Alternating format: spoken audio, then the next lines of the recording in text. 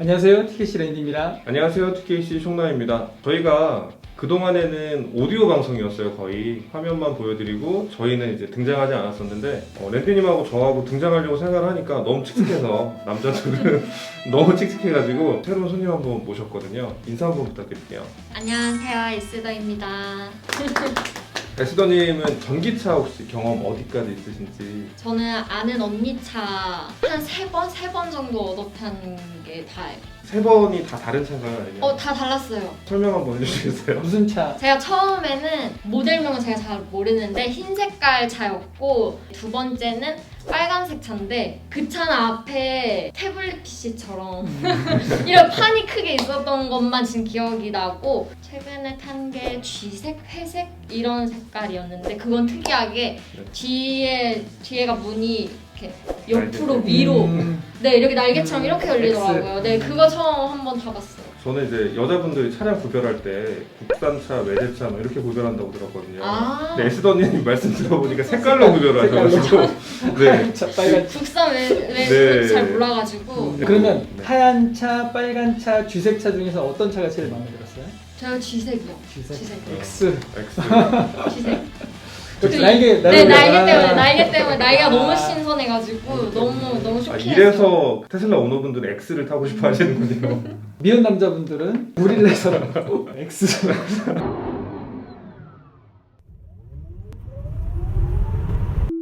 자율주행 중 앞차 추돌을 했어요. 짱부엉이님께서 공유해 주신 글이고요. 영상 먼저 한번 볼게요.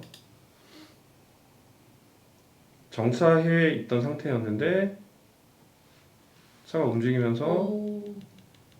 이렇게 충돌했다는 거고요. 이 글을 올려주신 짱구엉이님께서는 오파 상태였고 엑셀을 밟지 않았는데 천천히 진행하면서 앞차를 박았다는 거예요. 그런데 제가 사용했던 오파 경험으로는 이 영상에서처럼 이렇게 빨리 움직이진 않거든요, 차가. 이렇게 움직이는 경우에는 보통 이제 엑셀에 발이 올려져 있을 경우에는 안전장치나 이런 것들이 동작을 하지 않아요. 엑셀을 무의식적으로 밟은 게 아닌가라고 추측을 했는데 일단 이건 결과는 아직 안 나왔습니다. 이거는 지금 테슬라 쪽에 얘기해서 데이터 봐달라고 의뢰를 해놓은 상태라고 하고요. 이런 글이 그 짱부엉이님 한 분만 있었으면은 잘못했나 보다라고 생각을 했을 텐데 분당 T라온님이라는 분께서도 비슷한 증상으로 이제 올려주셨어요. 이분 같은 경우에도 영상 먼저 한번 볼게요. 이렇게 멈춰 있었는데 앞으로 서서히 가더니 직접 브레이크를 잡아주셨다라는 내용인데 보통은 이렇게 천천히 움직이거든요. 아까 영상과의 차이점은 서서히 움직이는데 아까 그 영상은 속도가 좀 빨랐던 것 같아요. 빠른 거 맞는데 네. 점점 빨라졌다는 게 더.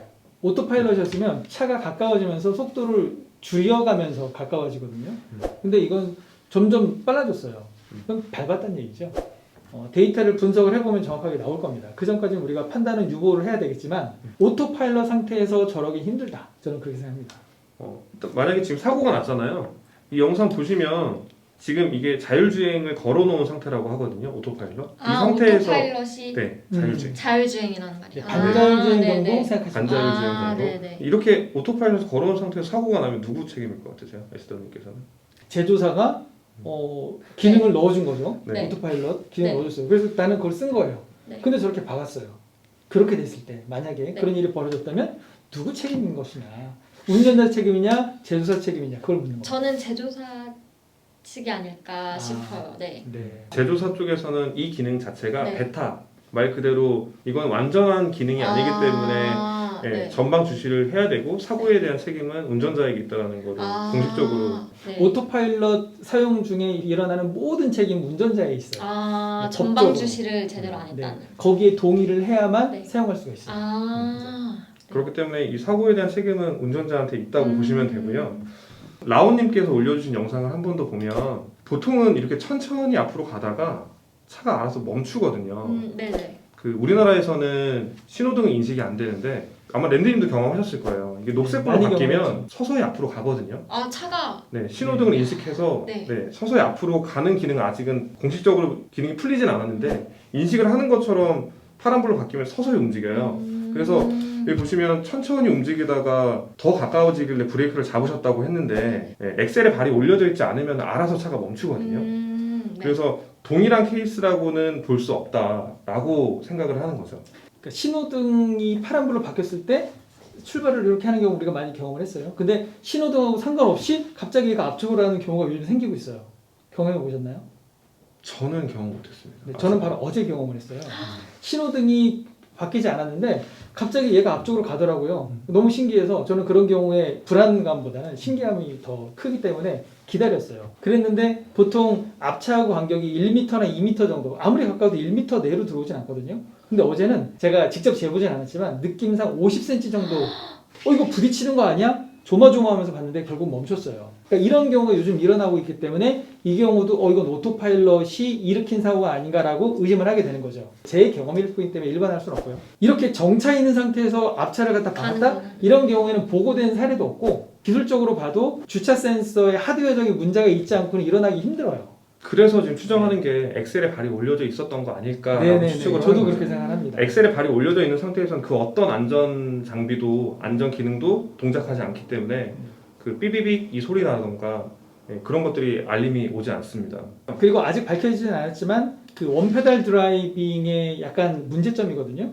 이걸 우리가 전에도 영상에서 다룬 적이 있었어요. 대리기사분이 사고 내는 영상 그런 거에서 다룬 적이 있는데 나중에 이거 한번 집중적으로 우리가 한번 다뤄봐야 될 것 같아요. 그래서 오늘은 길어지니까 여기까지만 얘기를 하고 네, 일단 두 분 다 최신 버전인 2021.32.21 이 버전을 사용했다고 라오님께서는 이 버전이라고 말씀해 주셨고요. 좀 더 주의를 기울이시는 게 낫겠다 이렇게 마무리하는 게 나을 것 같습니다. 네, 정보 공유해 주신 라오님, 짱부엉이님 감사합니다. 감사합니다.